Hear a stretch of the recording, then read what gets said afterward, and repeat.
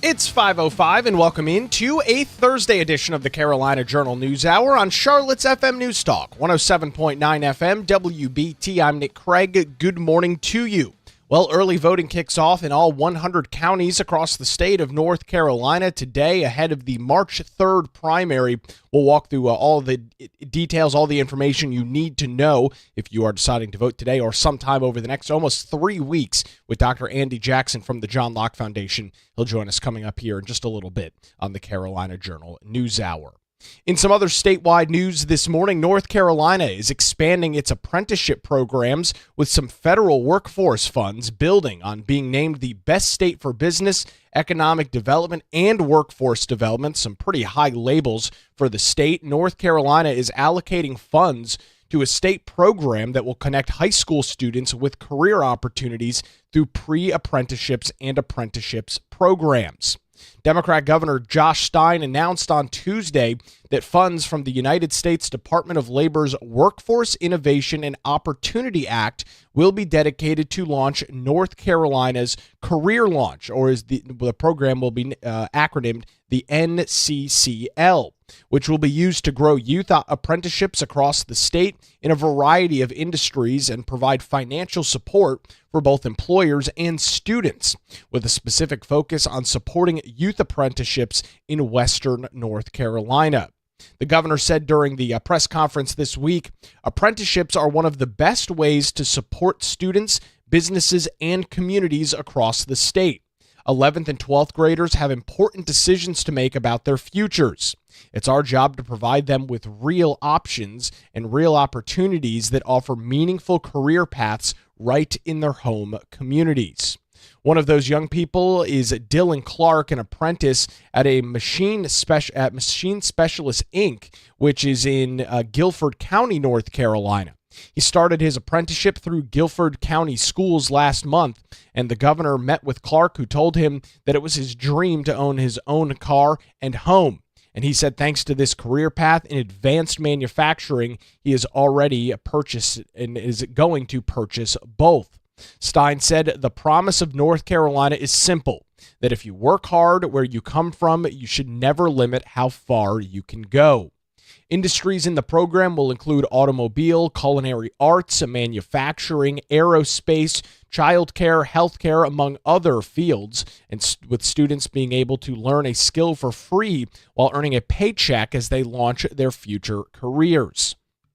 The governor said that the Council on Workforce and Apprenticeships has set a goal to double the number of apprenticeships within the next 3 years across the state, and is grateful to Public Schools Community College, Apprenticeship North Carolina's Workforce Development Board, and the North Carolina Business Committee for Education, all for partnering with the state and figuring out how to get this program spun up.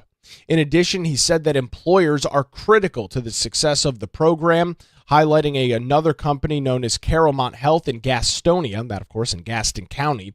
With the hospital system has significantly reduced its dependence on travel nurses, which can be costly, through the apprenticeship program.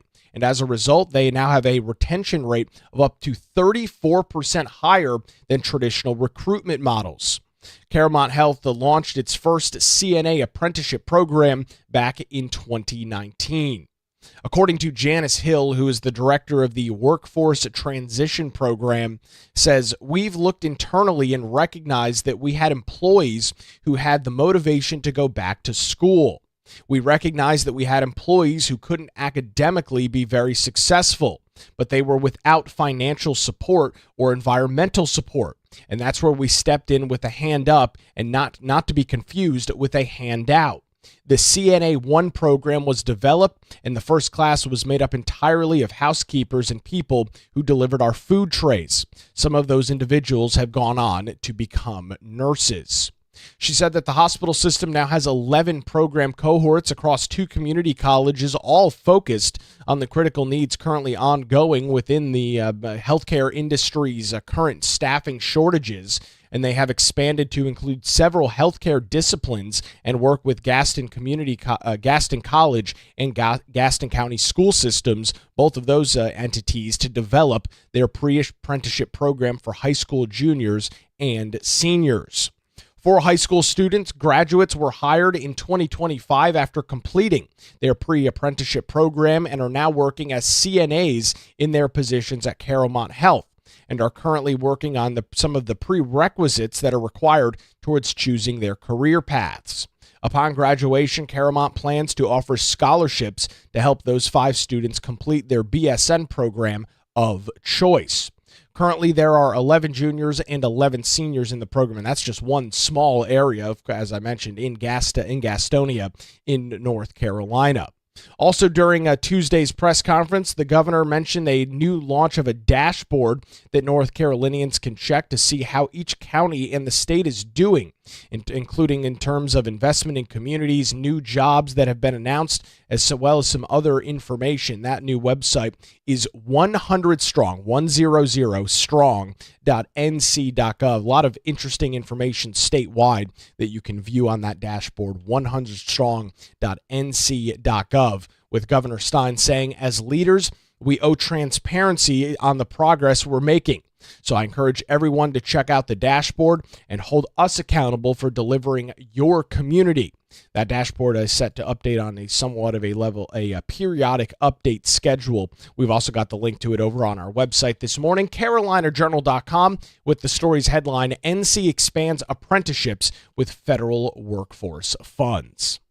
In some other statewide news this morning, Union County Public Schools is championing a high-dosage math tutoring model that has demonstrated positive and robust academic growth and gains in 4th and 7th graders.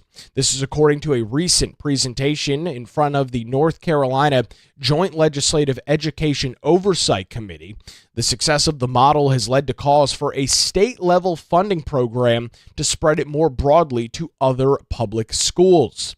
The Union County School Model centers on a whole grade approach where all students receive daily 30-minute math tutoring sessions during the traditional school day.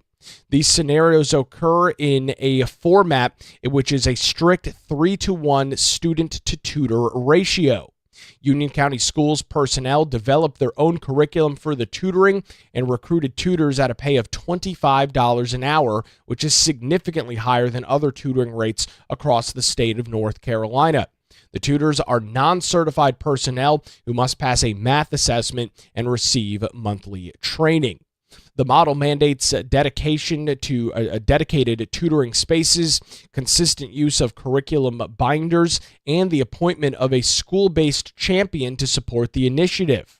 The tutoring sessions are built into the core instructional block, ensuring that they do not distract from other critical learnings that may be outside of the field of mathematics. The tutoring program, which actually began quite some time ago, back in 2017, it has expanded significantly post-pandemic and recently underwent an evaluation by the University of North Carolina at Chapel Hill's School of Education. Pre-pandemic, 4th grade students experienced a 10% proficiency gain as a result of the tutoring program, while 7th graders saw an even larger 26% proficiency gain. Post-pandemic, the gains were 10% for 4th graders and 11% for 7th graders. According to the superintendent of the Union County Public Schools, he said, what we've learned was that over time, no matter if you're identified as an exceptional child or not, if you're academically gifted, if you're a multicultural learner, all of them are benefiting from this approach. Noting that the tutoring approach, quote, has become a part of ingrained culture of the building that has been really a blessing from us from a cultural standpoint. The analysis from UNC Chapel Hill also found that the tutoring program is pretty cost-effective, with the annual cost ranging from $750 to about $2,500 per pupil. That cost-effectiveness ratios are in line with or superior to many highly regarded educational interventions, including lengthening the school day, increasing teacher salary, and things like class size reduction. Union County has already trained over 50 school systems nationwide on its approach, so it's not only being attempted to replicate here in North Carolina, but going elsewhere, with the superintendent proposed as a lead district partnership model, where the Union County schools would collaborate with other interested districts, facilitated by recruiting state funds either through competitiveness grants or a dedicated program managed by the North Carolina Department of Public Instruction. The estimated annual cost for the Union County school system to run its current program across all participating schools is approximately $2.75 million. For a statewide partnership, the school system envisions that the majority would need to go to the districts to hire tutors, with the Union County schools requiring minimal funding to support training and partnership management. You can read some additional coverage about this. An interesting model. It's cool to see these pilot programs get picked up and be used not only in other school districts across North Carolina, but even across the nation. You can read those details at carolinajournal.com. That story's headline, Union County Math Tutoring Seen as a Possible Model for the State. It's now 5:16 on the Carolina Journal News Hour, Charlotte's FM News Talk 107.9 WBT. We will head on over to the traffic center, get a look at your Thursday morning commute with Boomer Von Cannon. Hey, thank you, Nick.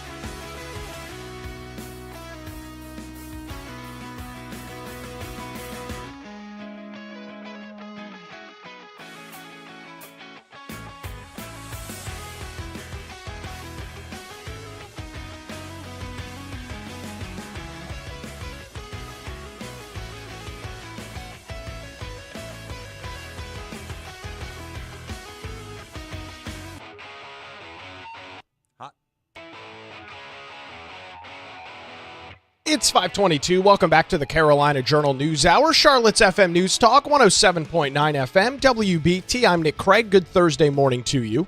Early voting for the 2026 midterm elections. The primary kicks off later today across the state of North Carolina. All 100 counties casting ballots. To walk us through what we can expect if you are heading out to the polls over the next couple of weeks, Dr. Andy Jackson from the John Locke Foundation joins us on the Carolina Journal News Hour.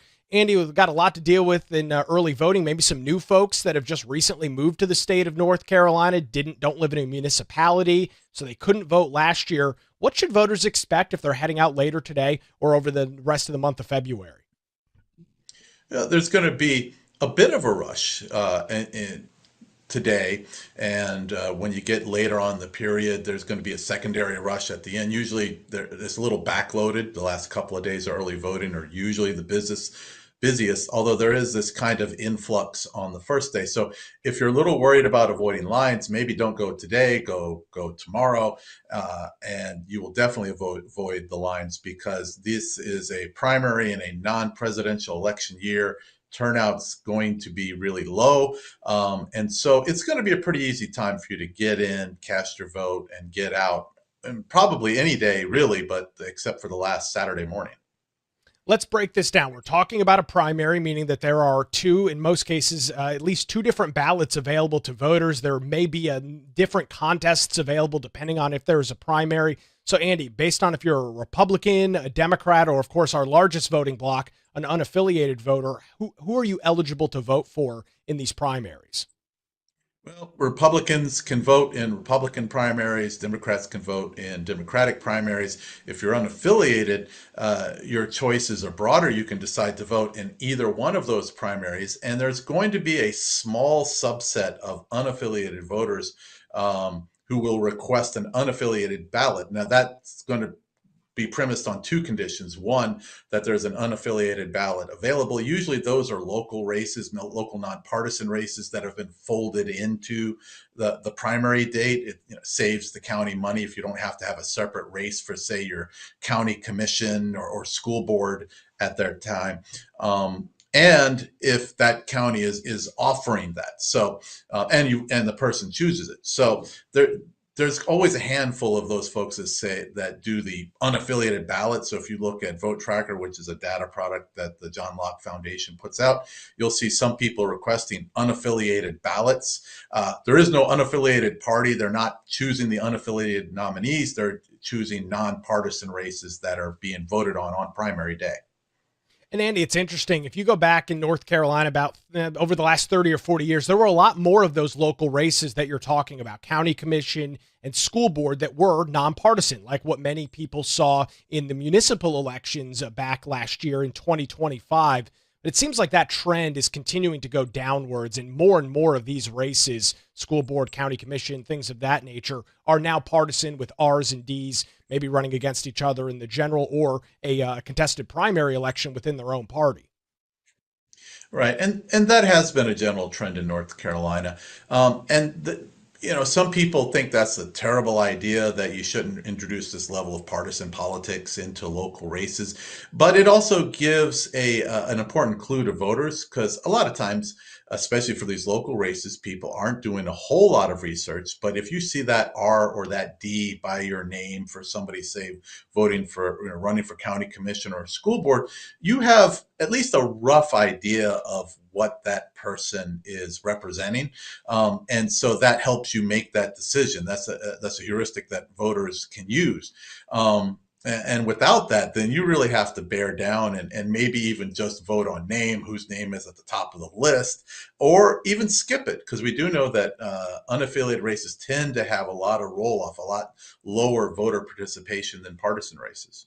Yeah, somebody doesn't want to make the quote-unquote wrong choice, and they're not familiar with the candidates. There's no party affiliation, so they may just leave that blank. Andy, voter ID has been a hot topic of conversation in North Carolina now for nearly a decade. Walk us through the process for voter ID for individuals, again, showing up either sometime later today, over the next couple of weeks. What can they expect when they show up to their early voting location and try and vote in either a Republican or Democrat primary? Well, we've done this a couple of times, so the local officials have that experience under their belt. It should be a pretty smooth process. You go, you check in after maybe a very brief period in line, especially for early voting as opposed to primary day voting. They confirm the ID, make sure that it's an accepted ID, that it's not out of date. And then once you do that, they hand your ballot and you vote. It hardly adds any time to the process of checking in because they still have to, go through that verification process, check you against the books anyhow.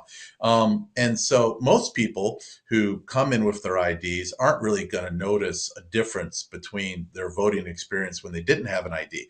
There's a small proportion of folks who forgot to bring their ID or don't have an ID. There's a couple of options. One is you can come back later with your ID.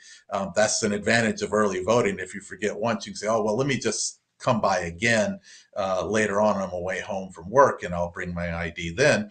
Or you can fill out an affidavit. If you don't have one and you can't get one, there's an affidavit form where you basically list your excuse why you don't have an ID. You get a provisional ballot, and if the board believes that there's no reason to think that you are lying by that reason and it's a legitimate reason, then that ballot will be counted as well. Yeah, we've seen now, as you mentioned at the top there, Andy, a couple of elections now that have gone through with full voter ID in place, regardless of what each political party says about it. Those elections have happened. And for the most part, we haven't seen any crazy, outrageous claims, no crazy 7-hour lines to stand in because it's taken too long to check IDs. However, one thing that might be new this cycle for individuals is something that you and I have talked about a couple of times, and we've chatted with some of our other friends over at CarolinaJournal.com about, is the registration repair project. There was a couple 100,000 voters, Andy, that had some problems with their voter registration. Those individuals show up during early voting. They might have a couple of extra steps, correct? Correct. Really one extra step. They're going to be asked to provide either their driver's license number or the last 4 digits of their social security number. Now that's pretty convenient, and all the local election officials are going to have their list of people in their county. Since in early voting sites, no matter where you vote, they have a full list of all the voters in the whole county at the early voting sites. When you get to election day, they're going to be just looking at voters in the precinct. So those election officials are going to have a list. If your name comes up that you're on this list of people that need to have their registration repaired, then they're going to ask for that. It's pretty convenient because what most people submit are either their driver's license or their state ID. That's going to have their number that they need to submit. So it's kind of a 2-for-1. If you're submitting some other kind of ID and you don't have a driver's license or driver's license number, then you're going to use the last 4 of your social. They will reference that, check that out. Everything is smooth, then the ballot will be counted. So that might add a little bit of time to the process as they're getting that information written down. But once again, you're not going to see, I think, a huge increase in lines or any real problems for most voters in that regard. We'll continue the conversation with Dr. Andy Jackson from the John Locke Foundation coming up after this. You're listening to the Carolina Journal News Hour, where it's now 5:31 on Charlotte's FM News Talk, 107.9 FM, WBT. We will head back to the traffic center, get a look at the roadways this morning with the legendary, the incredible, the industrial, Boomer Von Cannon. What's going on, Boomer? Still don't know about that, man. Still a check on that one. Hey, thank you, Nick. Hey.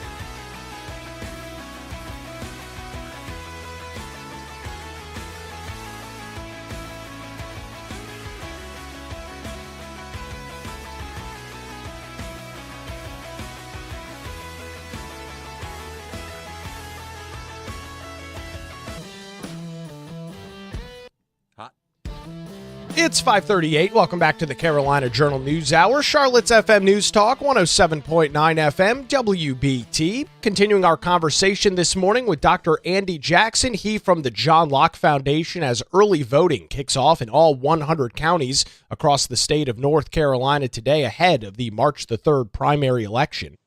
Andy, let's talk about voter turnout. These are primary elections, as you noted, because they are primaries. In most cases, the county Republican Party, the county Democrat Party is obligated not to be involved, or maybe there's no primary at all. What does voter turnout typically look like in one of these midterm election cycles here in North Carolina? Well, if you're somebody that believes that the legitimacy of election is based on the turnout, you're going to be sorely disappointed. You're really looking in the teens, especially since this is a non-presidential midterm primary. It was possible that the U.S. Senate race might draw some people in, but those are starting to look like kind of snooze fests. Especially on the Democratic side. Republicans, there's a belief that there might be some challenge to Michael Whatley, the front runner, but that odds has been looking increasingly distant at this point. So there's not a major draw for people. What really brings people out to vote is how interesting are the races. And in primaries where it's just Republicans against Republicans, Democrats against Democrats, it doesn't have that same level of drama that gets people out to the polls. So yeah, it's going to be low. And if we have a couple of secondary primaries, as we call them, or runoff primaries, it's going to be even lower. Then you get into the single digits. Yeah, and there are a couple of those pretty important primaries that we will be keeping an eye on. One of them, the Mecklenburg County Sheriff Democrat primary, a couple candidates there. Senate Leader Phil Berger is being challenged for his seat as the leader, longest-serving leader of the North Carolina Senate. There's a pretty interesting congressional primary taking place in the northeast half of the state. So Andy, you might have these maybe more pockets of areas where voters are a little bit more engaged, where there may be some door knocking going on, mail being sent, maybe even some TV and radio advertising. But in the vast majority of the state, unless you're actively searching this stuff out, if you may blink and the primary is already said and done, you may have not even heard about it. Oh yeah. There's definitely very much targeting going on. There is a small set of voters who are kind of reliable primary voters. They come out every year, rain or shine, and everybody that has access to the data knows who those people are. They're sending their folks to knock on those doors. There's kind of this U-shaped effect here, like really local candidates that have access to those lists are knocking on doors. And then folks at the top, your Senate and your congressional races, those folks are working hard, and they've got the money to kind of hit you on ads and whatnot, especially targeted ads on the internet for those folks. But some of these candidates in the middle, the larger countywide offices, don't have either the money or the volunteer base to really reach all of those targeted voters. And surprisingly, I'll bring this up real quick. There's a few incumbents who don't have access to their party's data, like Carla Cunningham, for example, in Mecklenburg County. The Democratic Party has cut her off. Now, she's run enough that she probably knows her district and probably has some residual data, so she'll probably be okay in that regard. But if you don't have access to that kind of minute detail and information, you're at a real disadvantage, especially against an incumbent.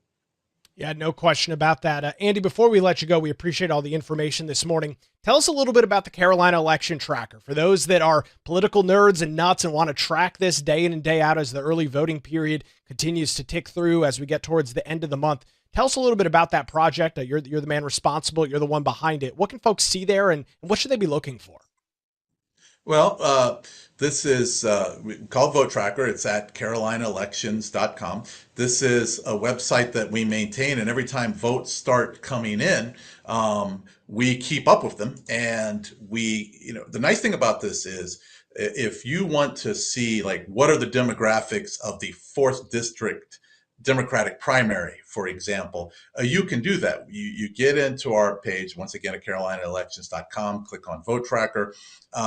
you can click on the 4th district, and then scroll down and see all of the information about that race. If you're just interested in data about one county, like what does the turnout in Mecklenburg County look like? Once again, if you're interested in that sheriff's race, who's voting in the Democrat, at least what kind of people are voting in the Democratic primary in Mecklenburg County, you can do that.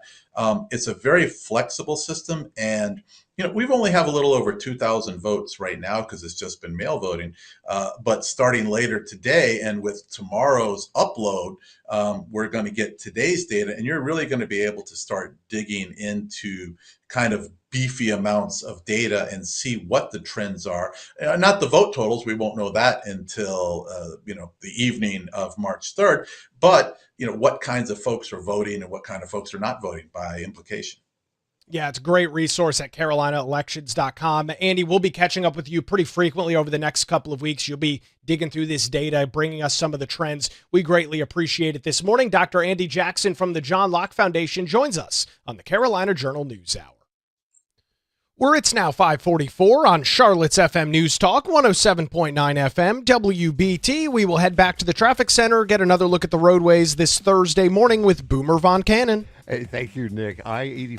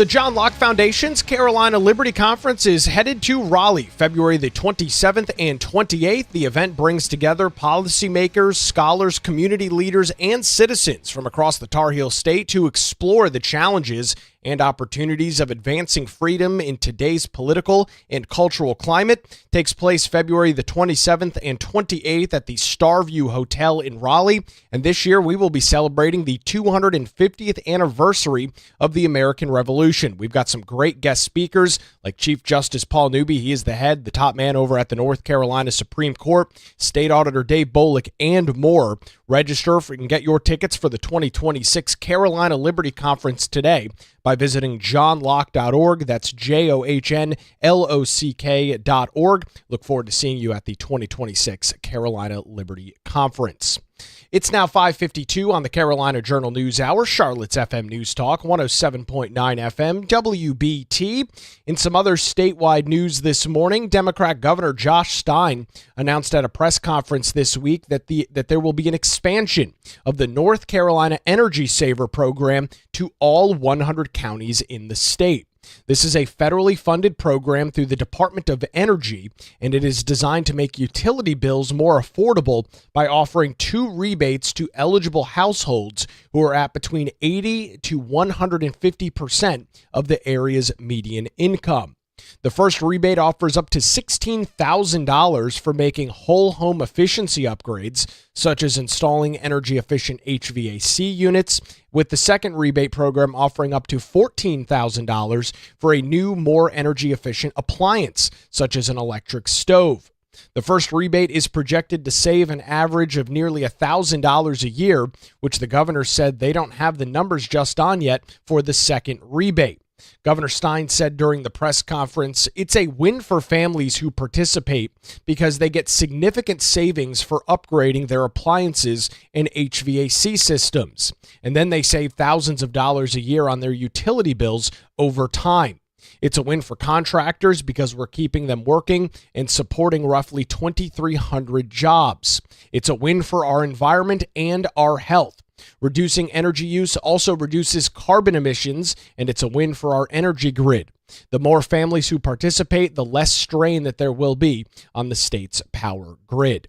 The program launched just a little over a year ago, January of 2025, in 2 counties, and it finished its expansion last month with Mecklenburg and Wake counties, the state's 2 largest.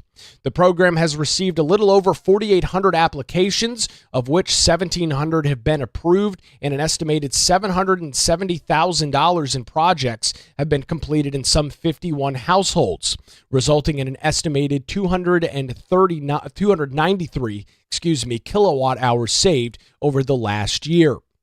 The deadline for this one-time use program is 2031.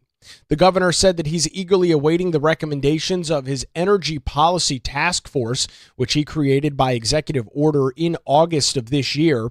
They will issue their first report next week, including guidance on managing the new energy demand from data centers and North Carolina's continued growth in population, with the governor saying there's no question that the demand for energy is growing rapidly, and it's in part because North Carolina is the #1 state where people from other states are moving to. We're growing extremely fast, but we're also seeing new types of businesses like server farms and data centers that are consuming incredible amounts of power. One data center farm could consume as much as an entire city, for example, like Charlotte. That's just an incredible addition to load demands that is without precedent in the state's history. So we've got to figure out how do we respond to this? How do we deal with these data centers?